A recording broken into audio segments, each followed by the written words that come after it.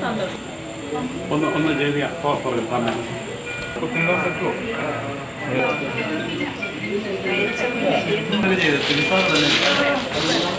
Doctor Vishal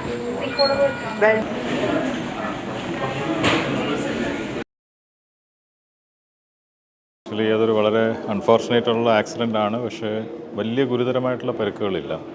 അപ്പം അവർക്ക് കല്യാണമായിട്ട് മുന്നോട്ട് പോകണമെന്നുള്ളൊരു ആഗ്രഹം പറഞ്ഞതനുസരിച്ച് ആശുപത്രിയുടെ സൈഡിൽ നിന്നുള്ള മാക്സിമം സപ്പോർട്ട് നമ്മൾ കൊടുത്തിട്ടുണ്ട്.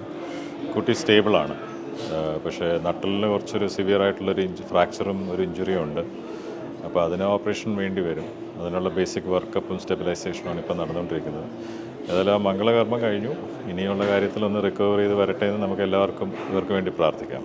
ഈ ഒരു ദിവസത്തിലേക്ക് വരണം എന്നുള്ള നമ്മുടെ ആഗ്രഹം കൊണ്ടാണ് നമ്മുടെ ഇവിടെ ആഗ്രഹത്തിലോട്ട് വന്നു. പിന്നെ ഇന്ന് നമ്മൾ ഫിക്സ് ചെയ്ത പോലെ കല്യാണം നടത്തണമെന്ന് ഞങ്ങളുടെ ഒരു ആഗ്രഹമായിരുന്നു. നമ്മളാരും എക്സ്പെക്ട് ചെയ്യുന്ന കാര്യമല്ലോ ഈ ആക്സിഡൻ്റ് എന്ന് പറയുന്നത്. പ്രത്യക്ഷമാണെങ്കിൽ പോലും വി ആർ നോട്ട് എക്സ്പെക്റ്റിംഗ് ഇങ്ങനൊരു സംഭവം നടക്കുമോ, അതൊന്നും പ്ലാൻഡ് അല്ല. നമ്മൾ ഡെയിലി റൊട്ടീൻ പോലെ നമ്മുടെ ഒരു ബിഗ് ഡേ ആണ് വരുന്നത്. അപ്പോൾ അതിൻ്റെ ഒരു പ്രിപ്പറേഷൻ ഉണ്ടായിരുന്നു. ഇങ്ങനെ ഇൻസിഡൻറ്റ് ഉണ്ടായി. പക്ഷേ ഞങ്ങളുടെ ഒരു ആഗ്രഹമായിരുന്നു ഇന്ന് കല്യാണം നടത്തണമെന്ന്. ഞങ്ങൾ പിന്നെ അതിലോട്ട് വരുവായിരുന്നു. രണ്ട് കുടുംബങ്ങളും ആ ഒരു ആഗ്രഹത്തിലൊക്കെ ഓക്കെ, എല്ലാവരും സപ്പോർട്ട് ചെയ്തു. അതിനുശേഷം ആക്സിഡന്റിന് ശേഷം അവനായിട്ട് സംസാരിച്ചായിരുന്നു. എന്താ പറയുക, അവന് ഇൻട്രാക്ട് ചെയ്തു.